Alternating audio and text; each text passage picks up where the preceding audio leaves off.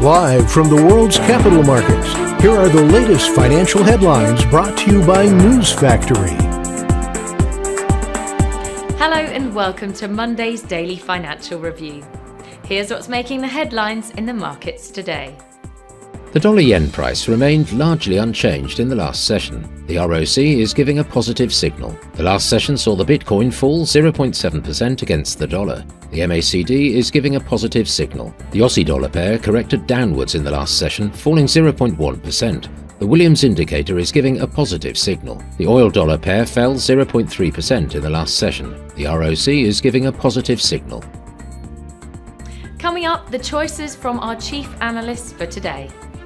Nearly 30% of US Gulf of Mexico crude oil production and 41% of its natural gas production remained offline on Saturday following Hurricane Francine.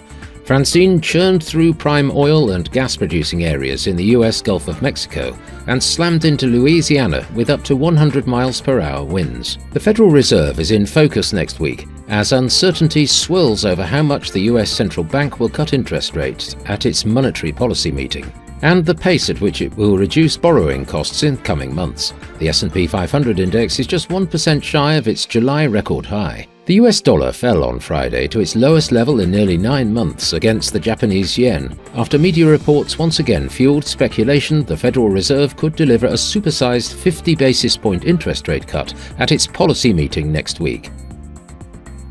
Those were today's major economic events. And now, moving on to world financial headlines.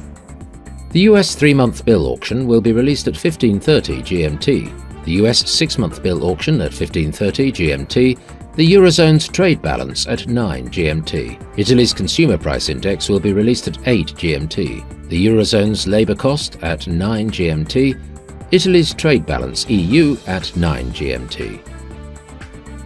We hope that you've enjoyed Monday's financial review.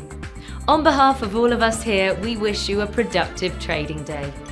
Be sure to join us tomorrow morning for the latest news and events from the financial markets.